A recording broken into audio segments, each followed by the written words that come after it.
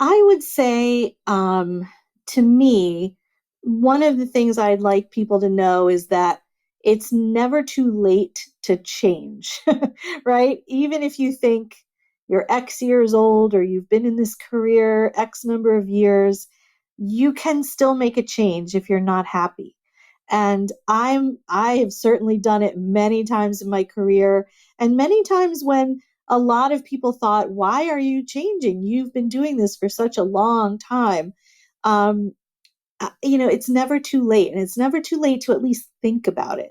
And even if you decide that where you are is the right place, as long as you come to that after having thought about it as a possibility, I think is a win. Welcome to Inside Out Career Design. In this show, we're obsessed with answering a single question. Is it possible to create an authentic, meaningful, and fulfilling life you love while building a successful and rewarding career? My name is Peter Axtell, and I'm here with Nicola Vetter. We're co-founders of the Whatsnext.com Career Insights platform and creators of the groundbreaking Motivation Finder assessment. Join us as we seek to transform suffering into joy for millions of people stuck and confused in their lives and careers. We'll share our insights, discoveries, and life lessons and talk with career experts, leaders, spiritual guides, psychologists, data scientists, coaches, anyone who might hold a strategy or answer to the age-old questions of what's next for me and what should I do with my life? Get ready to be inspired, motivated, and above all to connect deeply with who you are and what you're meant to do with the time you've been given. If you like what you hear, share it with your friends or family and subscribe on Apple Podcasts, Spotify, or wherever you get your podcasts so you'll never miss an episode. Are you trying to figure out what to do with your life? To figure out what to do with the precious time you've been given on this earth? Or to figure out what only you, as a remarkable and unique individual, can bring into this world? If you are, please join us for one of our live and completely free online workshops where we cover different topics to help you figure out what to do with your life and career without wasting precious time, taking wild guesses, or risking it all.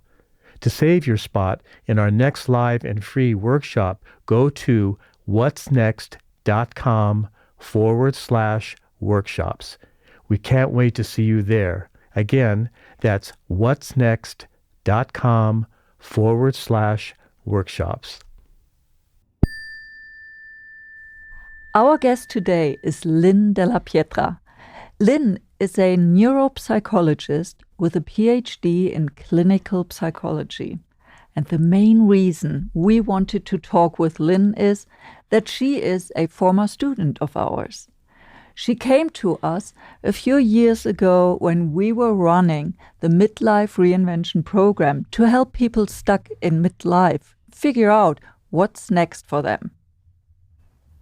Lynn knew that she needed a change, but she wasn't sure how or in what direction. She only knew that she wanted to decide with clarity and intention.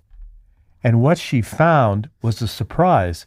The job she had was actually the perfect job for her at that time. That's why we were so excited to talk with Lynn, to catch up with her, and to see what she's been up to. And in our conversation, we talk about how a job she thought she needed to leave ended up being the perfect job. How there are many sources and ways to find meaning outside of work. How she navigated to very critical what's next moments in her life. And exactly how she saw the writing on the wall for her current career and explored other possibilities. How it's never too late and never too crazy to make a change. And how, despite having 3 very different career paths, they are all connected by her North Star. And now it's time to listen and learn from Lynn. Welcome, Lynn. We're so happy to have you with us today and to see you again because you were one of our students in the Midlife Reinvention program that we ran about 5 years ago. Just to recap quickly for our listeners, the Midlife Reinvention program was something we created to help people who were stuck in midlife to reinvent themselves without putting their family, future, or finances at risks. And in many ways, that program became the foundation for the inside-out career design process we've created and that we teach today. So, Lynn, you were a special and unique student in that program because you ended up making the decision to stay in your career, at least at that time. And we are curious to hear what happened since then, but first, what led you to join our program? Sure. First of all, thanks for having me. I'm really happy to be able to have this conversation with you all. I feel like I've known you all for such a long time now. And in some ways, all of my deepest secrets. So I'm very happy to be able to have this conversation. So I had been working in higher education for about 20 years in different positions, first as a professor and then as a department chair and most recently as a dean. And I knew that there were only one or two positions where I could go from there. One would be to be a vice president for academic affairs or a provost. The other would be to be a university president. And I didn't have any interest in really either of those positions. So I sort of felt a little stuck. And I wasn't quite sure what I wanted to do, but I felt like I had run my course in higher ed.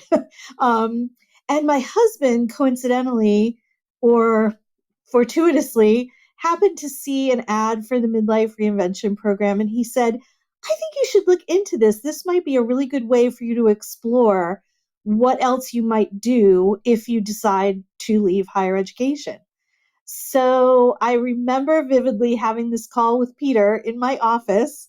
And I remember thinking, oh, this is going to be something really good for me.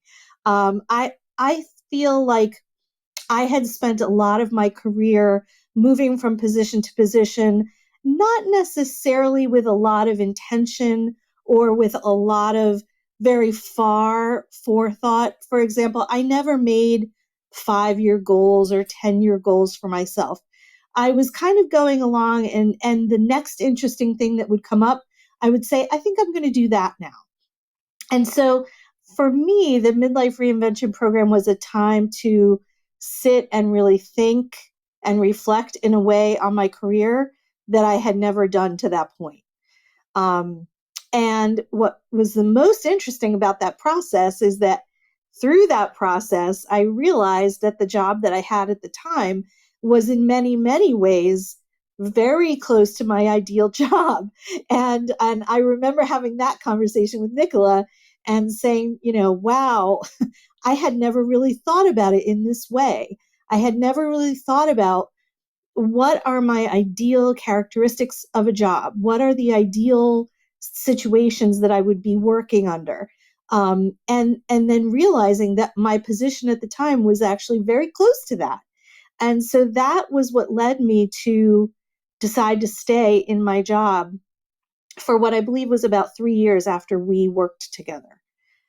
And then since then, I've done some more reflecting, and there are a lot of changes right now happening in higher education that I felt were not going to be good for me in the long run, in terms of just difficulties. There are a lot of colleges that are struggling, and I tended to work at small colleges, which are struggling the most of all the colleges.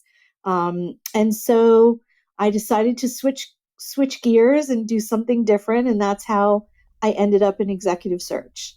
Okay, that's a full picture that we got That's right the now. whole picture. That's wonderful. I want to peel it down a little bit. Going back to our program, what was this what's next moment, how we call it, during that program, and what exactly happened inside of you? I mean, you're a neuropsychologist. Come on. Yeah, I think for me, what happened was that the program, there was a very specific exercise that I remember where we listed out all of the things that our ideal job would have. Everything from where would you be working? Who would you be working with? What type of work would you be doing? And then almost creating like a Venn diagram of how much overlap there was with those ideal characteristics and your current position. And again, this sort of aha moment for me was, wow, they're really very similar. And I have it pretty good at my job, even though some of the content of what I was doing day to day was not necessarily that exciting. I realized that if I took all of the pieces that were important to me and the most important to me, that job had many of those already in place. Can you give us some examples of those pieces and what you felt when you realized, wow, that job is actually the perfect job, at least right now? Yes. So I can tell you that one of the things that I value a lot in my work is autonomy and having independence. And at my job at that time, I did have a lot of independence. Um, I also had a schedule that allowed me to kind of, I don't want to say come and go as I please because that doesn't sound exactly right, but there was a certain amount of flexibility in my hours and in when I worked. And I was able to work some from my home. And all of those things were important to me as I learned sort of from making this list. And so it really was a moment where I said to myself, hey, if you go to another job, you might not have all those things. You might have different content and you might be doing some different tasks, but you may have to give up these other things. And I think, Nicola, the most important part of that exercise is not only listing the things, but talking about how important they are, how salient they are to you, sort of giving them weight or relative weight. And so saying, okay, I can trade off this piece, which is not that important to me, as long as I have this piece, which is really important to me. And so I remember saying to myself after that exercise, hey, maybe maybe I should think about whether I want to leave this job or not because it's pretty good. Lynn, what were the things you took away specifically? Can you remember? From that exercise in particular? Well, yeah, when you think about the whole midlife reinvention program, what were the Oh, things that you took away? well, that was a big one. Another one was thinking about the types of work that I enjoy and the types of work that suit me. So I'm a very linear thinker. I like things that are black and white and concrete, and I like tasks that I can complete and that are maybe less ambiguous than other tasks. And so reflecting on that was important for me in terms of thinking about what my next step might be. Can I find a job that capitalizes on those strengths or where those strengths are an asset to my performance? Another thing that I really enjoyed about that program was the exercise where we called our friends and we said, what are the things about me that you think have caused us to have such a long-lasting friendship or relationship?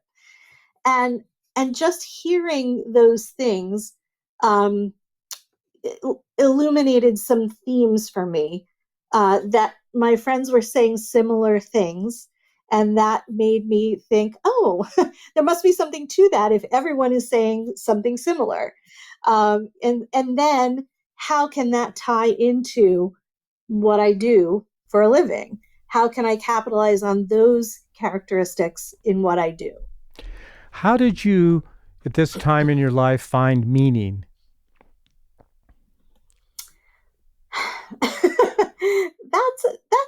tough question, I think. I struggle a little bit with the idea of trying to find meaning in my job. And I think maybe we talked about this, that um, I've always had a hard time trying to find a job that gives me that sense of purpose. And I think the way that I've approached that question is there a way that I can structure my working life so that I have time in my personal life to do the things that satisfy me? So, for example, one of the things that I really love to do is I love to direct musicals.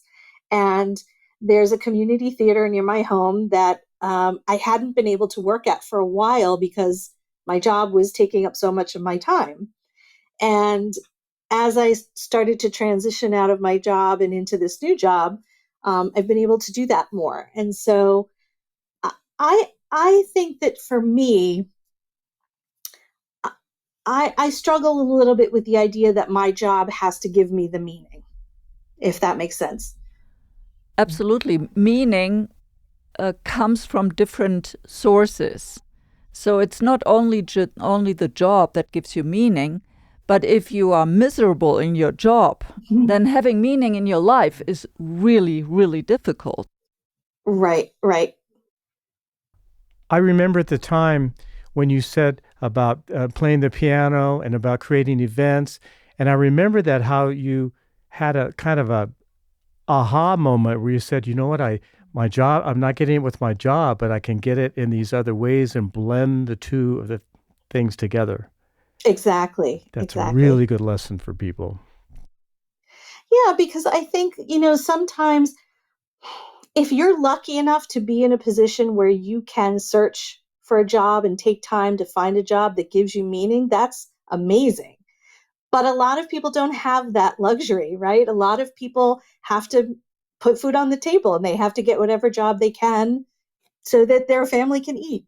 And so to me, that's a little bit of a luxury sometimes. And if you can't find it in your job, then I hope that you can find it outside of your job. Exactly. And you definitely, I mean, you shine. I can tell that you are much more content than at the beginning when we first met. Absolutely. I was really struggling at the beginning with this exact question is I have to find my passion and I have to that has to somehow be what I do for a living.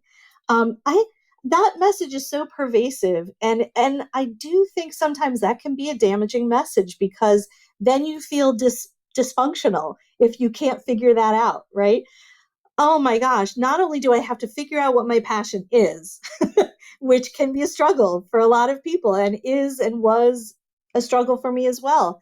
But then you have to find a job that allows you to do that for a living and make money and feed your family and have health insurance and all of that, right? All of these practical concerns.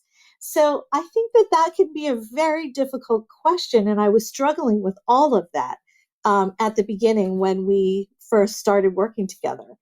And I definitely think that working through the midlife reinvention program and the time that has passed since then, I've definitely become a lot more content, uh, both with my professional life and being able to integrate some of the things that I love to do in my personal life.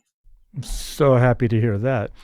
One last question about when you joined the Midlife Reinvention Program, you had what we call a what's next moment, where you had no choice but to sit down and figure out what's next for your life and career. Have you had any of those next moments since then?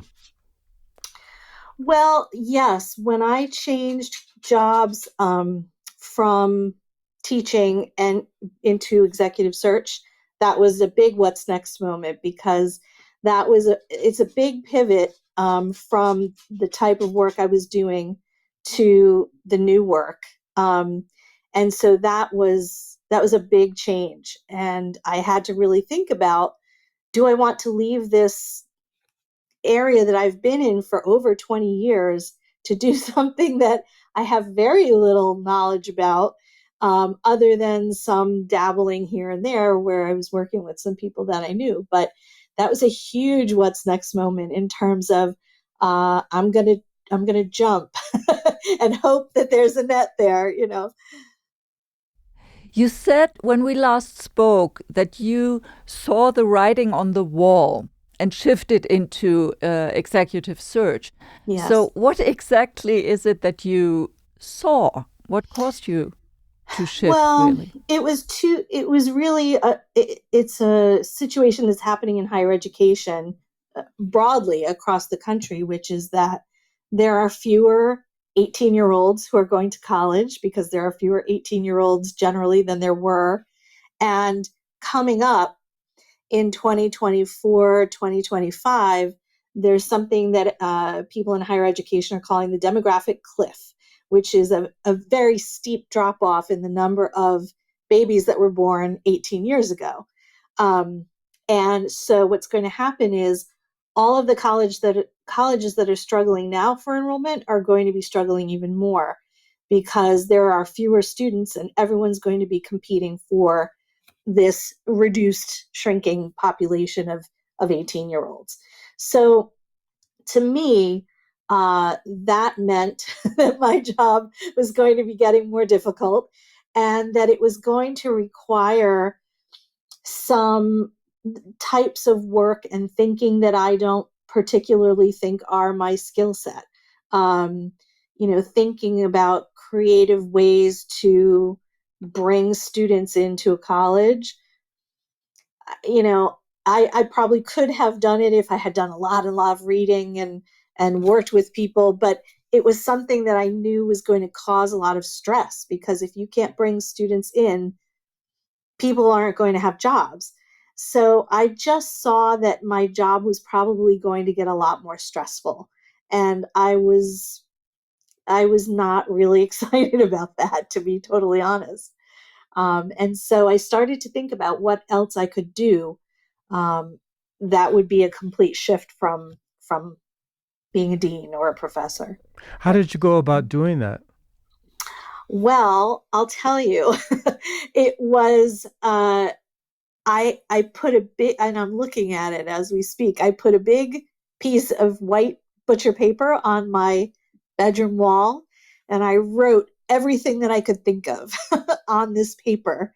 Um, Everything I could think of, from being a secretary to working at a casino to going back to school to staying in higher education and I just thought of everything I could think of and I put it on this big piece of paper in my room. And I exactly. And I just had it there and I said, I'm going to just leave this here for right now. And I'm going to look at it every once in a while.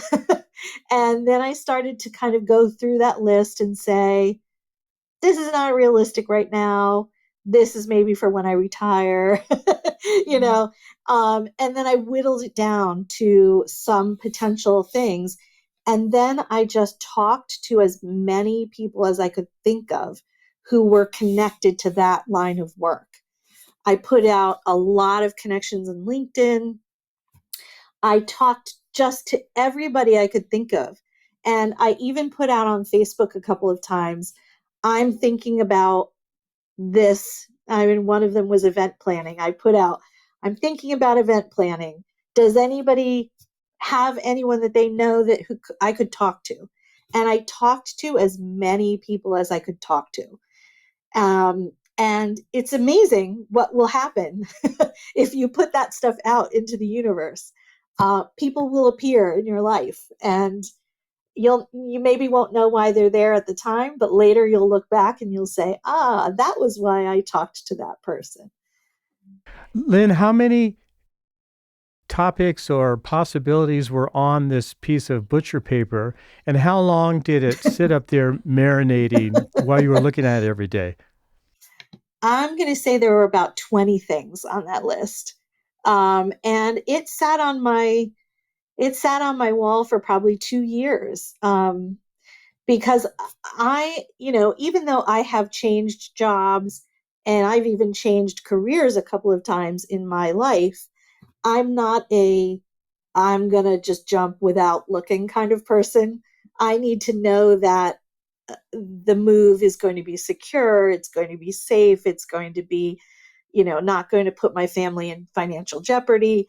So it did take me quite a while to have it be marinating. And being in executive search now, Mm-hmm. you know that many people today out there are thinking about leaving their job and starting over. How would you advise them to do that in a safe way? Yeah, and I'll preface this by saying I'm not putting this advice out there as a recruiter, but this is my own personal advice. Of course.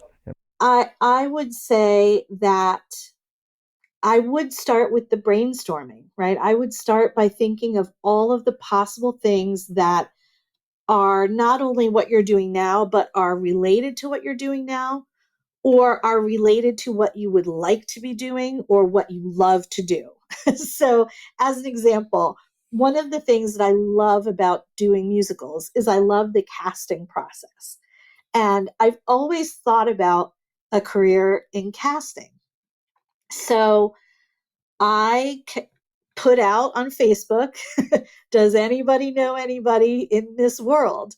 And a good friend of mine had a friend who had a friend, and they connected me with her, and I had a long conversation with her. And after that, I realized that was not at all what I thought it would be like, that life. And I thought, okay, this one is not for me. Let's go on to the next one. And so I literally just tried each one of those things on my list, tried to talk to as many people as I could who either did that for a living or knew someone, and tried to assess how close that would be to my ideal job. Mm. So you did, I mean, you are an excellent student as well, not only teacher, but also student. And you did exactly what we taught you, it seems. We call these interviews life and career design interviews now. And my question around that is because I believe that many people out there ask themselves, well, would anybody even reply to me? So you'll be surprised. When I first started this question about casting, I went on a website. It was called something like Casting Directors of America. And there's a whole list of people there with their email addresses. And I emailed everyone that had an address on there. And you'd be surprised. I actually spoke with, via email, I spoke with a woman who was a very high profile casting director. She emailed me back. And we had a couple of back and forths on email. And I said to her, I can't believe you emailed me. I mean, I knew her name just from seeing it in the credits on television shows, right? And she emailed me back, and she had a very lovely, response. And she said, this is what this life is like, and you know here's what I love about it, here's what I don't love about it. And it's amazing. If you just cast a wide net, you'll be surprised who will respond to you. Lynn, I have an intuition here. I'm going to take a flyer. I think that you are a little bit of an introvert as opposed to an extrovert. Is that true? For sure. I For do sure. a very good Oh, impression. I do a good impression of an extrovert, though. yes.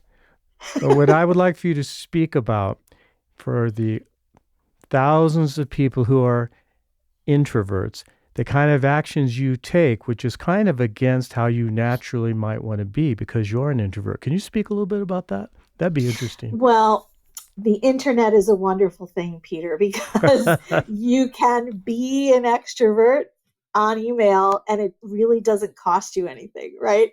I can connect with someone on LinkedIn, I can send them an email, we can have a whole conversation, and it doesn't require you to be with this person physically. It doesn't require you to have an extended conversation. It doesn't sap your energy in the way that sometimes introverts feel that social interactions do. So for me, all of these conversations, and I like that you called them conversations, Nicola, because they were all electronic conversations. They didn't really cost me, if you want to say that, right? As an introvert, they didn't cost me, and it was very easy to do it that way for me. Even on the phone, I think on the phone too is a lot easier for me than in person, because I don't have to see the person. I don't have to get up the same level of energy that I do if I'm in person. So I think all of these technologies make it a lot easier to put yourself out in a way that if you were literally going to places and knocking on their door, I would never have done that. I suspect, Lynn, though you didn't write just a half-baked email either. I suspect you put some care No, into what you were sending. yes, I did. I mean, and I was very honest. I said, this is what I'm doing now. I'm thinking about what could be next. And here's my question for you. What do you think about this profession? What do you like about it? What do you not like about it? It wasn't long. It wasn't, a whole page email. It was a paragraph because, people won't read them.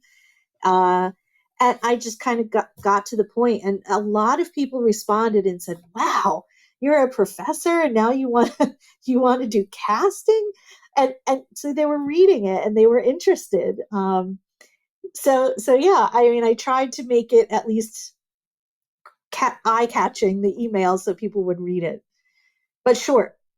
Short. Yeah, the shorter the better, actually, Yes, in times of constant distraction all around, right? for sure. Yeah.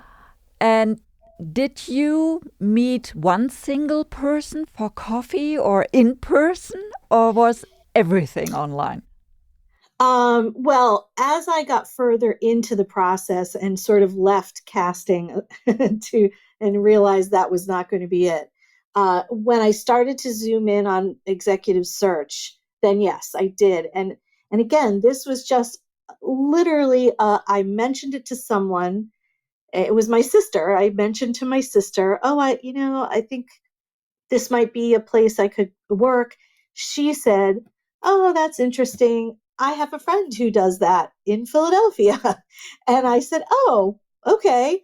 And we didn't think anything of it because at the time I wasn't very serious about changing jobs. But as the years went on, she said, "Oh, I should connect you with him." And it turned out we ran into him somewhere. She said, "Oh, Lynn's interested in this." He said, "I know someone you should talk to." So it's always this, you never know who's listening or who's going to remember that you said something. And so that person I did meet for coffee. And we did have an actual in person conversation because he's an extrovert All and right. he wanted to do that. So I did it. Um, yeah, so yes, I did. And do you remember what it was that did draw you towards executive search? Yes, I was trying to think about the parts of my job as a dean that I loved the most. And it's funny because hiring is very similar to casting, right? You have a pool of people, and you're trying to match the right person with the role, right? And I always loved that about my job. And so I thought, how can I do that for a living? And executive search is pretty much that, right? We have a pool of applicants. We are trying to find the best match for this position. There are other people involved, and so we're mostly just making recommendations, but it is a lot of that same process. This contrast, Lynn, between PhD neuropsychologist calling to be a casting director, and somehow that it I can't say what it is somehow all fits. How does that fit, if it does? Again, I do think that there were parts about being a teacher and a professor that were similar to this in terms of trying to find what's inside people and how can you guide them towards the next right thing for them. And I would say that some of my personal successes in teaching, I feel, are the students that went on and did amazing things. Like, I don't sit around and think about, oh my God, that lecture I gave in 2006 was so amazing. Like, I don't think about that.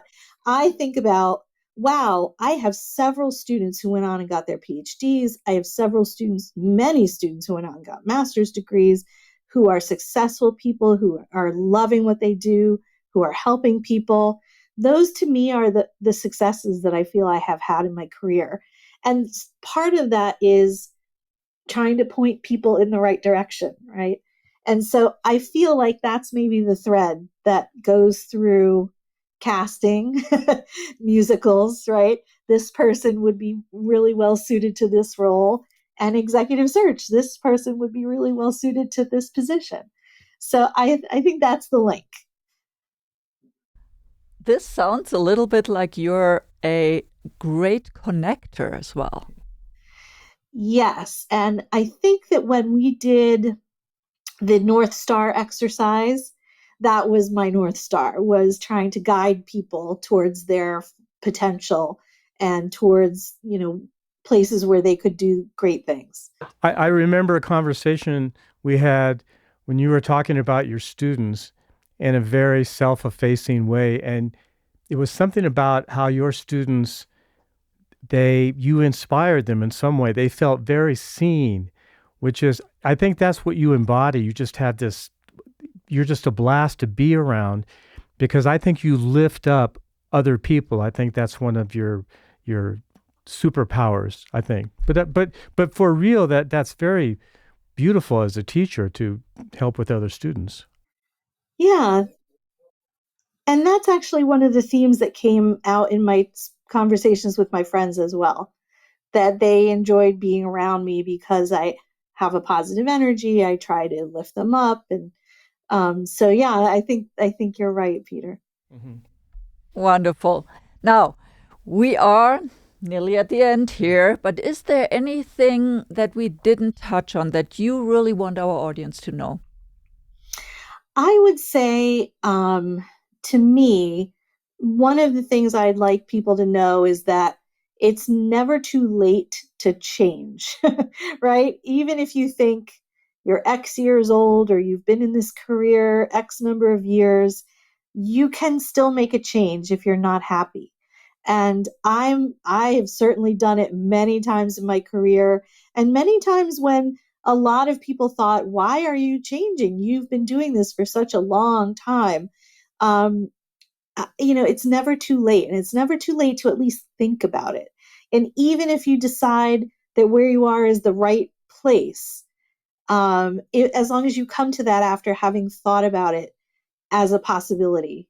Um, I have a cousin actually who she was sort of my inspiration for that. Um, when she was growing up, always wanted to be a hairdresser. Always. She would do all of our hair when we were little, and she just loved it. And her parents said, no, you need to go to college. And so she went to college, and she was very unhappy. She never finished college, but she got a very good job as a graphic designer, and she was doing that for a long time. And about 3 years ago, and she's in her late 50s now, she said, you know what? I want to be a hairdresser.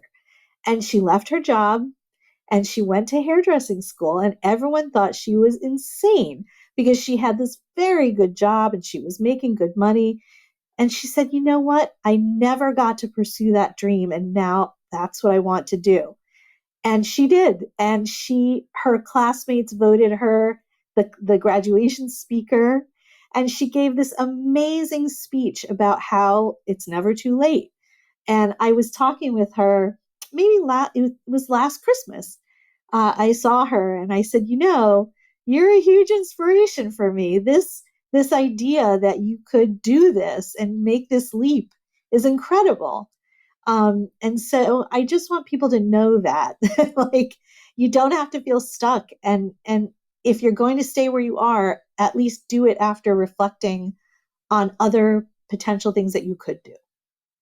I have an aunt, a great aunt, who raised her whole family, and, her kids were grown, and she said, I was a woman in the 40s and 50s, and we didn't go to college. And she said, now that I'm 60, I want to go be a psychologist. And she got her PhD when she was 62 years old. And she practiced for 10 years, 15 years as a psychologist. And she was so happy. And she was my other inspiration. And I always told my students about her, because my students would say, I'm 25. I can't go back to school. It's too late. And I would say, guess what? It's not too late. That's a great pearl of wisdom that you're leaving our audience with. It's never too late to Never change. too late. Beautiful. Thank you so much, Lynn. You're welcome. It's been Thank you for such a having pleasure. We hope you enjoyed this interview. The biggest takeaway for me was the fact that even though on the surface it appears that Lynn had 3 very different paths and interests, first as a teacher in higher education, then as a casting director for musicals, and then as an executive search associate, they are all tied together by her North Star. How? No matter what she was doing, she was always trying to guide people towards their potential and toward places where they could do great things. Absolutely. Once you know it, your North Star is always there to guide you. The biggest takeaway for me was this idea of connection and how Lynn connected with so many people online when exploring different career paths. Often, it was just an email exchange, but her courage to reach out and ask questions helped her understand what it would be like to work as a casting director without having to make a leap or take risks to try it out. Wonderful. To learn more about Lynn, head to Whatsnext.com/5, where we share the transcript, links, and more. Again, that's WHATSNEXT.com/5. And if you like what you've heard, share it with someone you care about. And subscribe, rate, and review our Inside Out Career Design podcast on Apple Podcasts, Spotify, or wherever you get your podcasts, so you'll never miss an episode. Thanks so much for joining us here today. We'll see you next week for another episode, same time, same place.